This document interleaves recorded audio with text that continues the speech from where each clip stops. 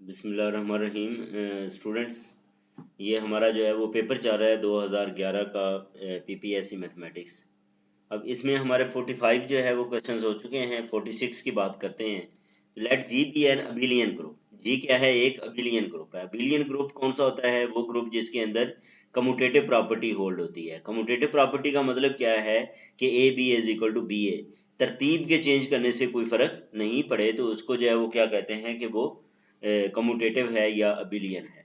अब यहाँ पे हमारे पास ये एक फंक्शन डिफाइन किया गया, phi G to G given by is an automorphism. ये ऑटोमॉर्फिज्म है किसके लिए? फाई जो है वो डिफाइन करना है कि phi x is equal to x cube के लिए, phi x is equal to e के लिए, phi x is equal to x square के लिए, या phi x is equal to x raise to power -1 के लिए। तो ये डी ऑप्शन स्टूडेंट्स इसकी जो है वो करेक्ट है। अब हम ये देखते हैं कि डी ऑप्शन कैसे करेक्ट है। अब यहाँ पे ये देखें, ये एक हमारे पास है कि let G be a group and phi G to G be the inversion map. इसको स्टूडेंट्स क्या कहते हैं? इन्वर्जन मैप कहते हैं। यानी कि phi x is equal to x raise to power -1, ये हर x को बेसिकली क्या कर देता है? 1/x कर देता है, इसलिए इसको इन्वर्जन मैप कह रहे हैं। For all x belongs to G. तो ये दो बातें जो है वो यहाँ पे वो प्रूव कर रहा है। कौन कौन सी? कि एक फाई जो है वो बाइजेक्शन है, फाई बाइजेक्टिव फंक्शन है। दूसरा, ये जो फाई है ये आइसोमॉर्फिज्म है। कब? इफ जी इज अबिलियन, यानी कि जब जी अबिलियन होगा तो ये आइसोमॉर्फिज्म होगी, और जब आइसोमॉर्फिज्म होगी तो ये अबिलियन होगा। ठीक है, ये क्या होगा? अबिलियन होगा। तो अब अगर, और बाकी ये इसका जो है वो प्रूफ है। अब अगर आप जो है वो इस रिजल्ट को जो है वो यहाँ पे इम्प्लीमेंट करें तो ये देखें, जी क्या है? अबिलियन है। जी क्या है? ये अबिलियन है, इसलिए हमारे पास इसका आंसर जो है वो फाई ऑफ एक्स किसके इक्वल आएगा? एक्स रेज टू पावर -1 के इक्वल आएगा। फिर नेक्स्ट हमारे पास ये 47 है स्टूडेंट्स के let G be a group in which G square is equal to 1। यानी कि एलिमेंट का स्केयर जो है, जो भी एलिमेंट हम जी से उठाते हैं उसका स्केयर लें तो वो किसके इक्वल आता है? आइडेंटिटी के इक्वल आता है, 1 के इक्वल आता है। तो जी फिर क्या होगा? ठीक है, ये तो सिंपल है, ये बीएससी की बुक के अंदर भी मौजूद है कि इसका आंसर जो है वो अबिलियन है। यानी कि अगर एलिमेंट का स्केयर जो है वो 1 के इक्वल आए तो वो क्या किसके इक्वल होता है? वो क्या होता है? अबिलियन होता है। अभी यहाँ पे जी इनवर्स से अगर हम स्टूडेंट्स मल्टीप्लाई कर दें तो G is equal to G inverse आ जाएगा। तो इसके लिए भी ये क्या होता है? अबिलियन होता है। बहरहाल इसमें अगर आप ये देखें, ये जी की बजाय यहाँ पे क्योंकि ए बिलोंग्स टू जी लिखा हुआ है तो इसने ए स्केयर लिख दिया। ए स्केयर अगर ई के इक्वल हो, ठीक है, तो वो क्या होता है? जी क्या प्रूफ किया है? कि जी इज एन अबिलियन। ठीक है, बाकी तो ये सारा जो है वो प्रूफ के अंदर है, और वो इस वक्त हमारे मद्देनजर नहीं है। हम एमसीक्यूज की तैयारी कर रहे हैं। तो ये देखें, जी अगर हमारे पास जी एक ग्रुप हो और ए स्केयर ई के इक्वल हो तो हम कह सकते हैं कि जी क्या है? अबिलियन है। और इसलिए हमने जो करेक्ट ऑप्शन जो है वो टिक की है, वो क्या है? वो हमारे पास ए है। नेक्स्ट स्टूडेंट्स, हमारे पास ये 48 है। 48 में ये एक ग्रुप डिफाइन किया गया है जी। वो किसके इक्वल है? ए बी, और बी स्केयर 1 के इक्वल है, ए क्यूब भी 1 के इक्वल है, A B B A inverse के इक्वल है। The number of distinct left cosets in G is. हमने number of distinct left cosets या राइट कोसेट्स जो है वो फाइंड करते हैं। ठीक है, और वो किसके? एच के, और एच का जनरेटर क्या है? बी है। एच का जनरेटर क्या है? बी है। तो यहाँ पे ये देखें, एक बात तो हमें यहाँ से ये पता चल रही है कि एच का अगर जनरेटर बी है तो ये जो एच का ऑर्डर होगा वो 2 होगा। यानी कि एच के अंदर जो है वो दो एलिमेंट्स आएंगे। एच के अंदर क्या आएंगे? दो एलिमेंट्स आएंगे। वो कौन से होंगे? एक आइडेंटिटी होगा और एक बी होगा। बहरहाल ये है कि नंबर ऑफ लेफ्ट कोसेट्स वो कितने हैं? वो स्टूडेंट्स 4 है। नंबर ऑफ लेफ्ट कोसेट्स कितने हैं? 4 हैं।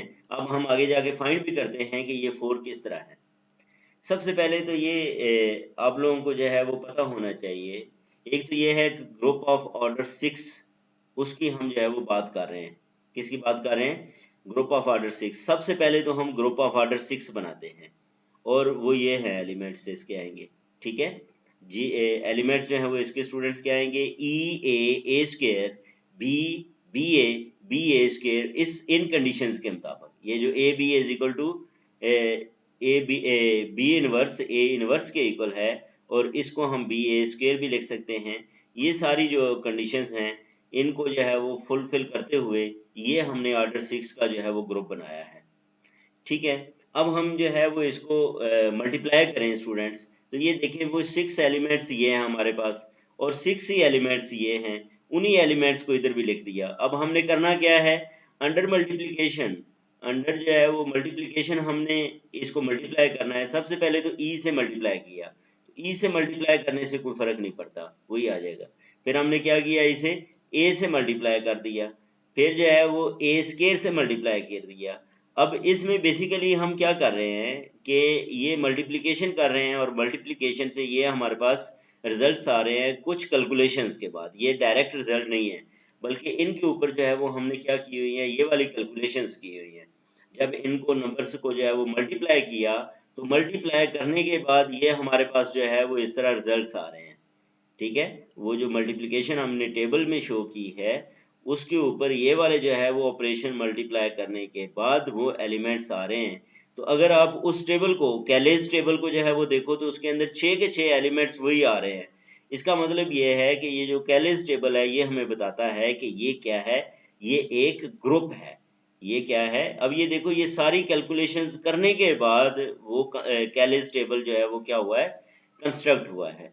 ठीक है, तो अब आगे आ जाएं। कैलेज टेबल के बाद अब हमारे पास लैग्रांज थ्योरम है। लैग्रांज थ्योरम स्टूडेंट्स क्या था कि let G be a finite group and H be a subgroup of G, then the order of H divides the order of G. H का ऑर्डर जो सब group का order है वो group के ऑर्डर को क्या करता है, डिवाइड करता है।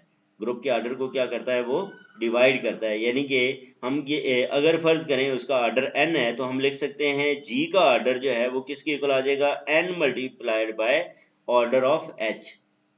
ठीक है, या फिर अगर हमें h फाइंड करना है इसका ऑर्डर तो ये n जो है वो उधर क्या डिवाइड हो जाएगा। फिर इसी चीज से आगे एक और मजीद जो है वो रिजल्ट है, वो ये है कि ऑर्डर ऑफ जी को जो है वो हम लिख सकते हैं इन दो के प्रोडक्ट के इक्वल।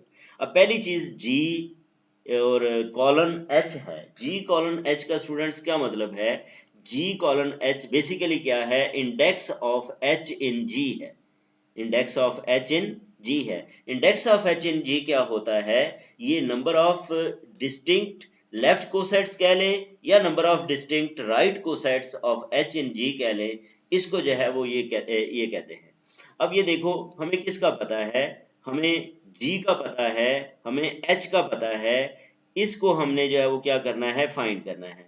अब ये देखो ऑर्डर ऑफ जी जो है वो क्या है, हमारे पास 6 है और ऑर्डर ऑफ एच जो है वो क्या है, हमारे पास 2 है और इसका लेफ्ट कोसेट्स या राइट कोसेट्स अगर हमें फाइंड करने हैं तो ये 2 इस पे डिवाइड होके क्या आ जाएगा, 3।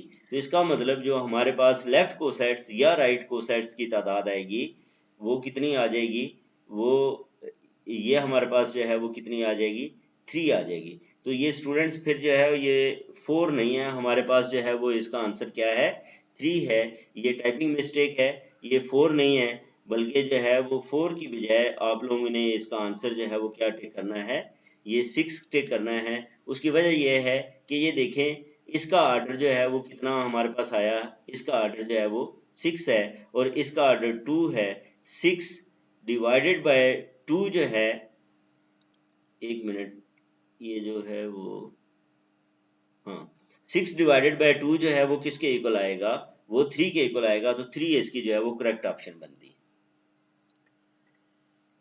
नेक्स्ट हमारे पास स्टूडेंट्स ये है 49 क्या है कि a linear transformation is 1 to 1 if and only if kernel of T is equal to.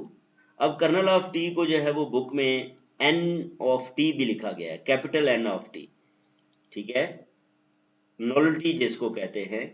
अब यहाँ पे ये देखिए ये हमारे पास जो है वो क्या u के इक्वल आएगा, कर्नल जो है वो u के इक्वल आएगा या कर्नल v के इक्वल आएगा या कर्नल जो है वो 0 सेट के इक्वल आएगा या इमेजिनरी ऑफ t आएगा। इन चारों में से हमने ये देखना है। तो ये हमारे पास स्टूडेंट्स जो है वो जो ऑप्शन आएगी वो इसकी करेक्ट ऑप्शन जो है वो सी है। अब अगर आप अपनी बीएससी की बुक जो है उसके पेज नंबर मैथमेटिकल मेथड की बुक जो है पेज नंबर 269 पे जाएं तो उसमें 652 जो थ्योरम है वो यही है कि linear transformation is 1 to 1 if and only if. Linear transformation ये जो है जब कर्नल टी किसके इक्वल होगा, जीरो के इक्वल। ये एन टी बेसिकली किसको रिप्रेजेंट करता है स्टूडेंट्स, ये कर्नल ऑफ टी को जो है वो रिप्रेजेंट करता है। बाकी ये इसको जो है वो यहाँ पे क्या किया गया है, इसको ये प्रूफ किया गया है और बाकी प्रूफ आप जो है वो देख सकते हैं। ये हमारा जो है वो क्या है, ये रिजल्ट है। नेक्स्ट है ये क्वेश्चन नंबर 50। क्वेश्चन नंबर 50 में क्या है कि फॉर स्केलर पॉइंट फंक्शन, ये हमारे पास स्केलर पॉइंट फंक्शन है। वो कहता है डेव डाइवर्जेंस से है ग्रेड जो है वो डेल लिखते हैं डेल फाई। स्टूडेंट्स ये डेल फाई एक वेक्टर है, डेल फाई क्या है, एक वेक्टर है। अब डाइवर्जेंस का मतलब क्या होता है, डेल डॉट। डेल डॉट जब इस डेल के साथ मिलता है तो डेल स्केयर फाई बनता है, डेल स्केयर फाई। और ये एक स्केलर पॉइंट फंक्शन आता है। कौन सा फंक्शन आता है, स्केलर पॉइंट फंक्शन आता है। तो स्केलर पॉइंट फंक्शन हमारे पास जो ऑप्शन ए है वो गिवन है, तो इस तरह ए ऑप्शन जो है वो क्या आ जाएगी, करेक्ट ऑप्शन हो जाएगी। तो ये स्टूडेंट्स हमारे थे 50 तक जो है वो एमसीक्यूज। बाकी इंशाल्लाह जो एमसीक्यूज हैं वो नेक्स्ट वीडियो के अंदर डिस्कस करेंगे। अपना ख्याल रखें, अल्लाह हाफिज।